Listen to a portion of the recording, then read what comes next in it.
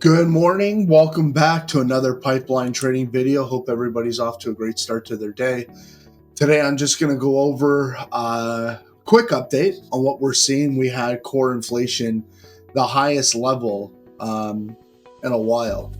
So what I'm seeing in the markets, I'm going to go over the markets, oil, gold, Bitcoin, some other plays that I'm working on, and I'll talk about what I did with BMNR, which I discussed in my video yesterday. So that's working out perfectly. So first things first, we're seeing the market open at where it opened yesterday. So be very cautious. If we do not go back up to make a new high, then this is going to roll over. Me just looking at this, not knowing what's happening today in the markets,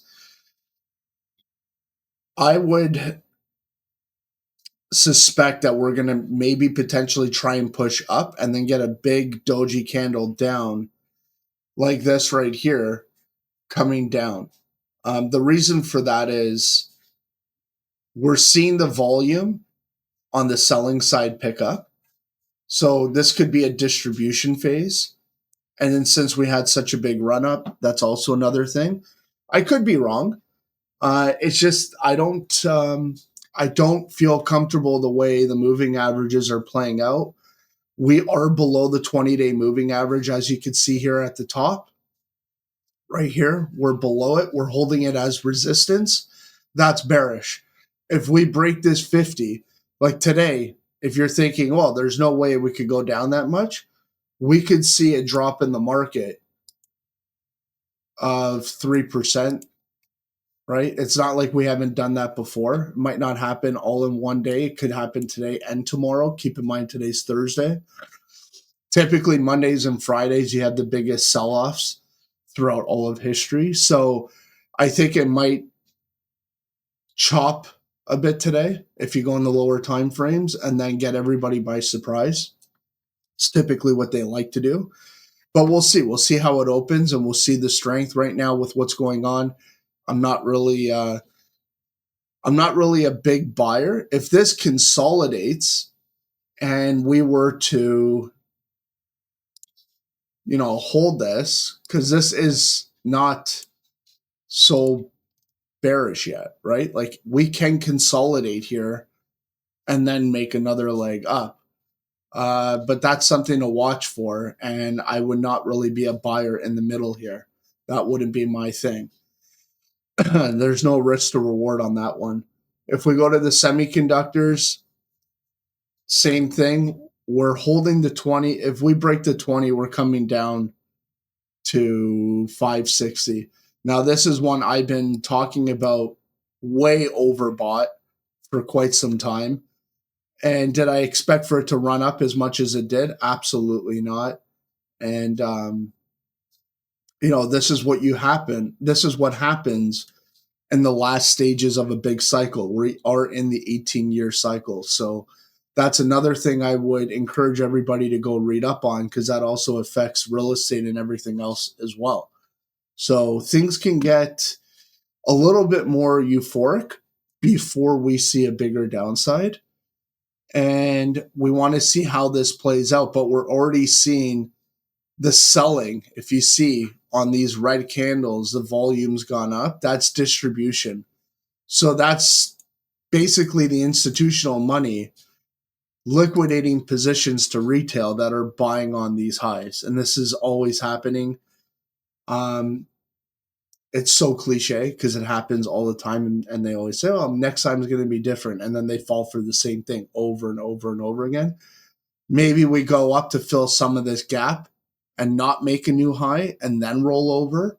But those are things to just watch. This is not an area where you'd be wanting to go long on the semiconductor ETF if you are bullish. If we go to oil, oil is going exactly where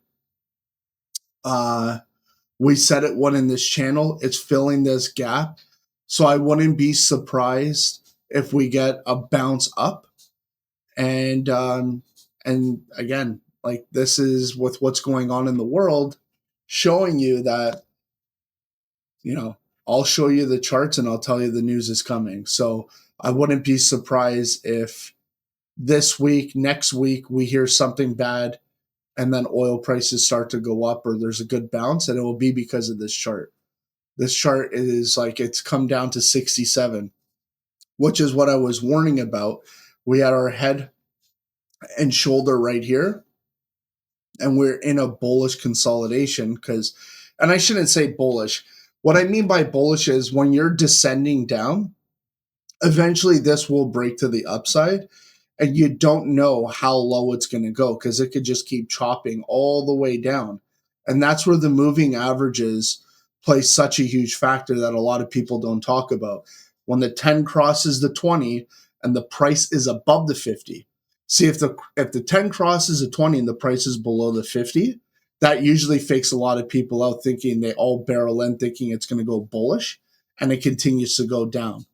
So that's where you want to wait for those confirmations. And you could go back, and for anybody watching this for the first time, look at the moving averages in the history, right? The red is a 50, the blue is a 20, the green is the 10-day. Okay, the dotted is the 200-day. So we're now below the 200-day, which is bearish, right? We're probably going to see some chop all the way down into this liquidity area. And that should be good for the markets, you would think, but we're not there just yet. I think we're going to get another push up. Markets will correct a little bit, pull back, maybe 5 to 9%, and then we'll get that last leg up. We go to gold, same formation. Gold's in an order block. Can we see gold go lower? Absolutely. This is bearish. And we could see gold come all the way down to 35 soon, like not long. There's a gap down here at 35,655. So that should get filled eventually if we take out this liquidity. But keep in mind, when we break this channel to the upside, we will get a big move back up to close to 5,000. Bitcoin doing exactly what I told you it was going to do. So I hope that everybody's been taking notes, paying attention, and we're not done yet. We're getting close. We're really, really close. You could see this is a head and shoulder measure move down to this yellow line. We're seeing this bear flag give us confluence with the head and shoulder down to this line, 55 and change. Maybe things capitulate and we get even a lower low, and I'll show you what I mean by that, than the lines that I've drawn in. But at least you have an idea of where it's going. So if anything, what you'd want to do is look up the options chain, look up where we're seeing the most liquidity, because there were a lot of longs here, right? But there's also a lot of shorts here. So we can actually chop up. Let me draw this in. This is what people fail to realize, is it doesn't do it in one shot. It likes to be sneaky and get you by surprise. We could actually form another bear flag. I don't think that's going to happen, but I'm just saying, watch price action. It could come back up to 63 area before making its next leg down. This leg, for confirmation, is not done yet. Okay? If we go to the 3 hour, like I said, it's close to being done. This is where I was saying I believe we are closer to a bottom than most people think. If I had to make a prediction, which I don't do, this isn't financial advice, this is educational, this is for entertainment. What I would say that I could see playing out, and it typically does something like this. You get your chop here, maybe we go down, right? Then we get a leg up. Okay, that would be the start of confirming that this is the bottom. but we'd have to see that.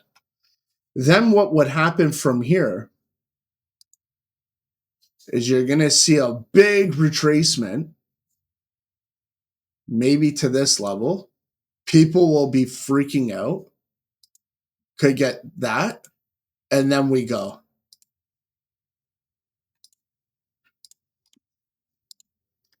Okay. So this is what I would be watching for.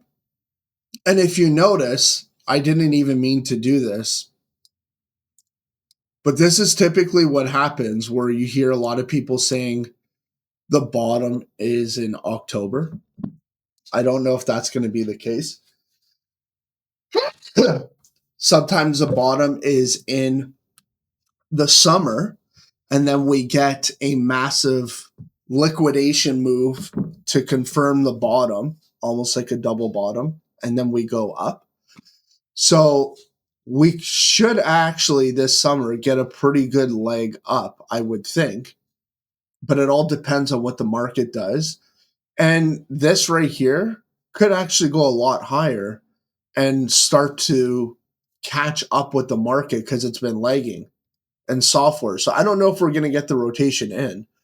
But typically, if the market's making highs and the business cycle and money and liquidity is going in the market, we have not seen Bitcoin have the same euphoric move like the market has. So that's interesting to me on maybe why the third and fourth quarter might actually be a double top, maybe to 100, 126. I don't know. But price action is going to tell us, are we going to keep going lower or are we pretty much done around this level? Okay. ETH, same thing. You know, ETH is fighting it. This is an A, B. We should get a C wave down.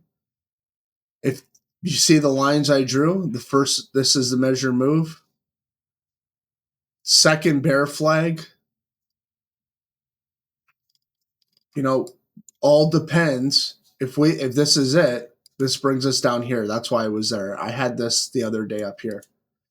So I'm watching to see price action because we have a lot of bullish. This is a bullish order block.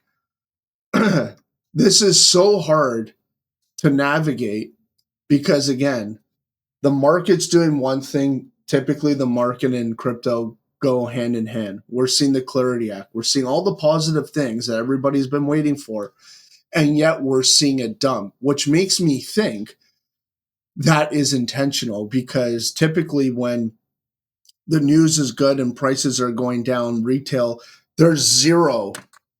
Like if you go look this up, there's zero interest right now in crypto with retail. Everybody's drawn into the AI play and the IPOs and all that stuff, which I would never do the IPO play in SpaceX because it's liquidity for the institutions, people that bought in prior, right? All the people that own that stock for years now, this is their time to start liquidating into the market.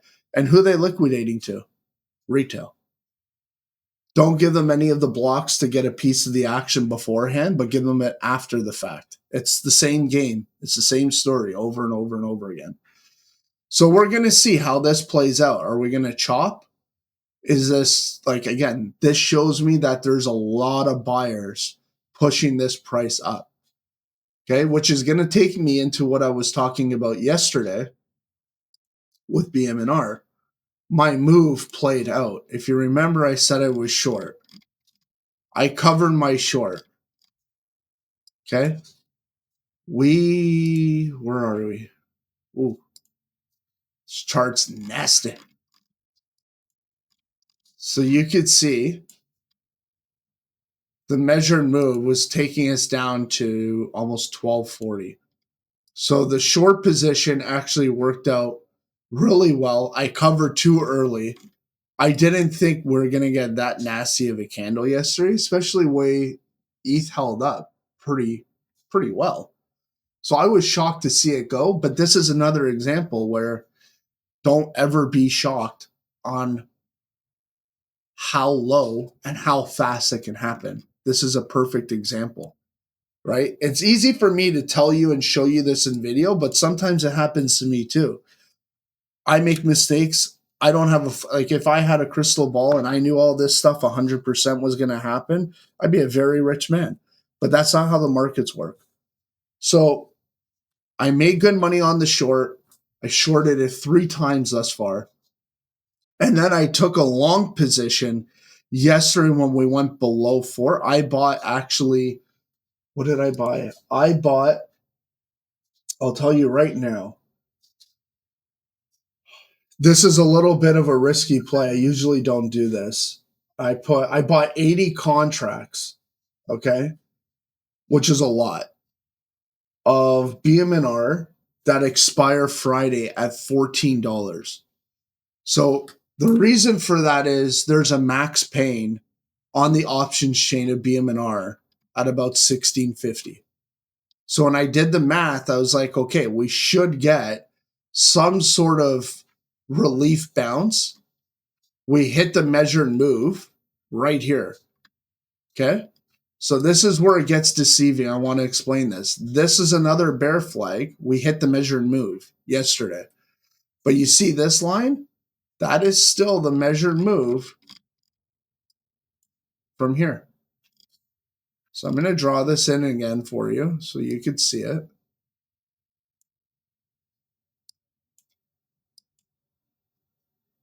It's roughly there.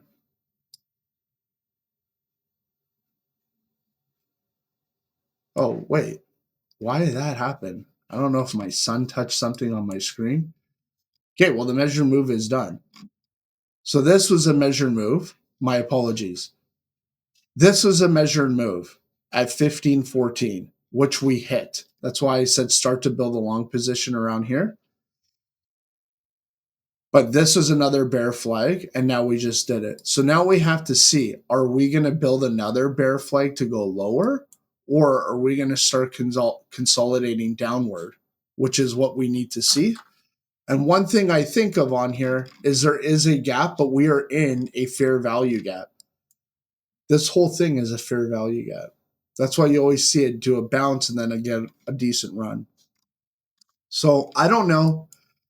It's been wild. The call options I sold at I sold $15 strike calls expiring July 17th.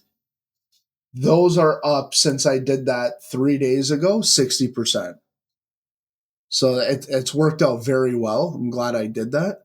And probably next week or so, maybe even this week, depending upon where we start to go, I might close the position and then look to resell them again. Intel, it's doing what we said. It's consolidating up here. We're getting another gap up. And like I said, the measure move on this puppy was about 193. And to the person that wrote in the comments, looking to short at 150, make sure that you can hold. I would watch the lower time frame, and I would wait for confirmation, because right now there's nothing confirming your short. The moving averages are all bullish. We're making higher highs and we're making higher lows.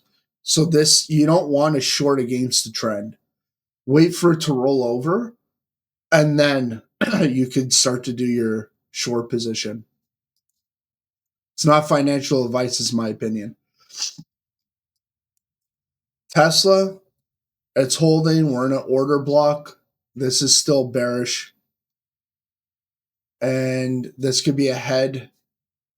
We could get a bounce here to about 408, or this is it right here. I'm going to draw this in for you because I was watching this. I was actually looking at a potential long if it acted a certain way. There's 2 ways you could draw this. This,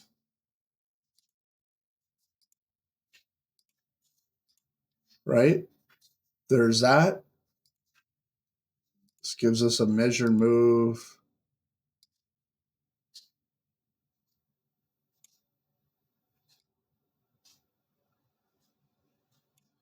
It's funny how this line I've had drawn in from before. If you remember when I was talking about it, just connecting the lows on the daily, look at where that measure move takes you. So based off of that, this right now is not something that I would be wanting to long. Depending upon how we act at this level, if we hold this diagonal line, potentially. But if we break this, then the next level would be down here at 268. So my next stop that I would be looking for Tesla to go is 241.85 to be exact, or lower. Down to, so I'll give you some numbers. 241.28 to 313.74. That's where we should be seeing this go. The reason I said you could draw this two ways, there's the head and shoulder there. I don't know what I just deleted. The head and shoulder. There's also a head and shoulder in the channel.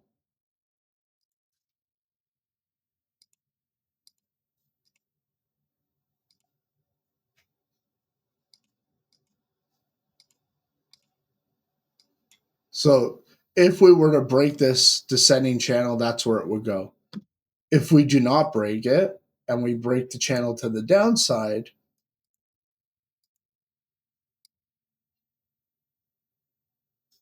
what's funny is it gives us the same thing as a head and shoulder I first drew. It takes us down to this level. So you could see how I do my TNA. I'm putting everything that I could see with my eyes and then watching price action with the moving averages to know if this plays out, here's what I'm going to do. Think of football, right? You have a million plays and then you have the audibles, and I'm not even a football guy. But the thing is, if A, B, and C happen, you know what to do. If only B happens, you know what to do. If A happens, you have your game plan. So it's the same thing. Have everything laid out, know where your risk is, manage it. If you're wrong, you close out of the position quickly. And if you're right, then you have to manage your upside and don't get greedy, right? Because it's psychologically, it's harder to know. The feeling of it going up and you being right is actually a harder emotion to manage. So keep that in mind. I know you're probably thinking, how's that possible? Because you'll have a hard time taking money off the table because your greed sets in. It's like, oh, what if it gets to here? How much do I make? People start looking at it that way, where you're better to start trimming off in pieces if you can't handle that, or do a trailing stop or move your stop up. So at least you never want a winning trade to turn into a losing trade or a swing investment. And I'm going to give you a perfect example. Okay. Hive. What did I say the other day? I said Hive is great. This could be a long play. We could see. I was actually just talking about this with somebody I know that has it. And I said we could see a move up 668. The problem is Bitcoin isn't doing what it was supposed to do. The fact that we sold off here, this has happened time and time again with this descending line. And I said I want to see how it reacts here, because if anything, I would rather not actually make the money up to here, and I'd rather short it because we had such a big run. They're doing some great things, but they haven't actually built out yet. They're selling and diluting like insane. And that's going to take time to come into fruition. So this doji candle, even though it's good, it's showing you that there's a lot of people that sold. Right up here on this way up, we had a lot of selling, right? The volume, as much as it's going up and it's good, there's still smart money taking off pieces. And then we had that nasty candle yesterday, and it confirmed we're now below that line. If this rolls over, mark my words, we're coming all the way back down to 225, maybe even lower to 189. If the market rolls over and we get that 10% correction in the market, this is all coming down. So you heard it here first. I'm not saying that it can't be done, because this could be an A, B, and a C all the way up. But the fact that we close below this trend line, I would have to see us hold this line as support for, what is this? This line is about 446, 443 area. Okay. And then maybe we'll go, because this wick typically in cases like this should get filled. This one wick, we might have a retest to take out some of the stuff here. So I put an alarm up here, or an alert at 568 to alert me here, because this is where I would see the next resistance and a pretty big pullback. And I would be looking for a potential short. I wouldn't, for me to catch this leg up, as good as that sounds, knowing HIVE and knowing the space, it typically crashes a lot faster than it goes up. As fast as it goes up, it comes down 3 times faster. And we still have money flowing into the market, which again is another reason why I think that we are still not done making all-time new highs. We are going to get a pullback. It's going to feel like a bear market. People are going to freak out thinking there's a crash, and then it's going to go for another rip up, probably third or fourth quarter. We're going to have to watch that closely. But money and this cycle of liquidity has continued to go up. Now, I would argue we're getting really close to a top. So when we're down here, you know that the bottom is in. When we get up here, the top is in. And you could see this. This is in 21. This is in 17, 11, 04, 95, 97, 1999. Like, these are big years, right? And then you see this dump down here. That was 08, 09. Which tells you that the bottom is in. So we're actually on our way to a top. Okay, guys? So I hope this helps. If you found these videos helpful and you like this content, please subscribe, spread the word, leave comments, let me know companies that you'd like me to cover or do a T&A on. And like I always say, stay disciplined, trade with intention, and God bless you all. Make it a great day.